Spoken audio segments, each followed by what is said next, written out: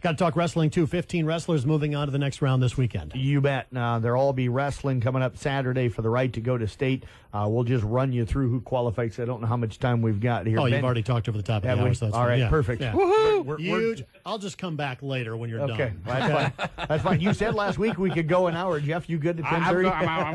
I'm all right. Mockingly, yes, I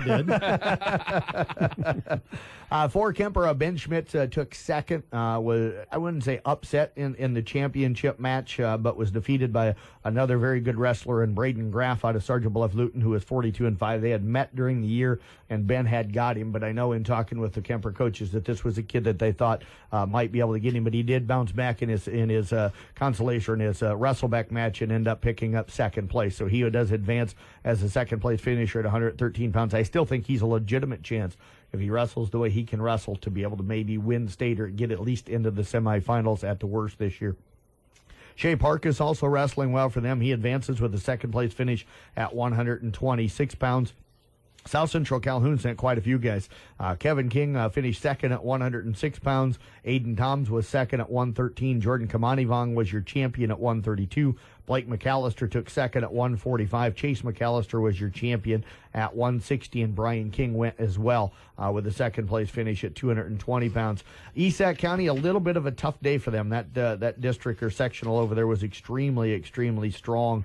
I thought they'd get a couple of more guys through, but Nathan Thompson did finish second at 132 pounds. Garrett Bruce was your champion at 170, and Kip Corbin took second at 285. Audubon had a good day. Not a lot of wrestlers, but they sent quite a few of their guys through. Trace McEwen was a champion at 182. Luke Mazinski was second at 195, and Dylan Obermeyer remains undefeated as he's now 48-0. He was a champion at 220 pounds. And then Peyton Clipperton from Coon Rapids Baird got through with a second place finish at 126 pounds. So all those guys, along with Carroll. Carroll will open up their run. They don't have to wrestle sectionals. They'll be in a district, really strong district, but they're used to that, and I think they've got a chance to get some guys through. So still hoping, would love to be able to break that mark, but looking for maybe to 8 to 10 to 12, somewhere in there getting down to state. Now, if you're a big fan of Jeff Blankman, you want to win that date, maybe the state wrestling tournament on Valentine's Day is when Oh, there you go. Isn't that when that begins? Well, the fun thing is they'd actually be able to hang out with Bill Kane probably, and he would be a lot more fun than me. You get to drive down, go to the wrestling tournament, and then come back and call a ball game that night. I mean, that's a double feature. I get to go to Fonda for a double header that night, so. Are you kidding me? He loves it. There's no way he would skip out. No, I know. Yeah. I know. I don't know if I love the 2.5 hours of sleep I'll get between Thursday and Friday.